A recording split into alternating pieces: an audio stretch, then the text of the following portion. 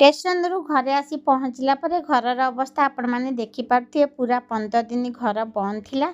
ଭିଡ଼ିଓଗୁରା ମୋର ଲେଟ୍‌ରେ ଯାଉଛି। ଘରୁ ମୁଁ କ'ଣ ସାମାନ ଏଥର ଆଣିଛି ଆପଣମାନଙ୍କ ସହିତ ସେୟାର କରୁଛି। ପ୍ରଥମରେ ଇଏ ଦେଖିପାରୁଥିବେ ଛତୁଆ ଏଠି ମିଳୁନି। ମୋ ଦି ପୁଅଙ୍କ ପାଇଁ ମୁଁ ବହୁତ ଗୁଡ଼ିଏ ଛତୁଆ ଆଣିଛି।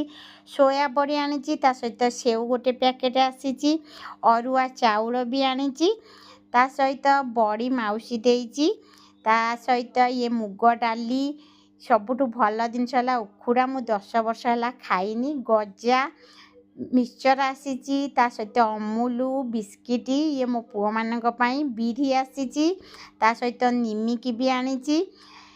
ଆରିସା ଆସିଛି, ଚୁଡ଼ା ଆସିଛି, ତଡ଼କା ଗୋଟେ ପ୍ୟାକେଟ୍, ମୁଢ଼ି ବୋଉ ଦେଇଛି, ବାଦାମ, କଞ୍ଚା ବାଦାମ, ସାରୁ, ବିନ୍ସ ଆସିଥିଲା ଗାଁରୁ, ଭଜା ଚାଲିଛି। ତା ସହିତ ଉଷୁନା ଚାଉଳ, ସୋରିଷ, ଦେଶୀ ଘିଅ, ବାସ୍ ଏଇତକ ଆଣିଛି।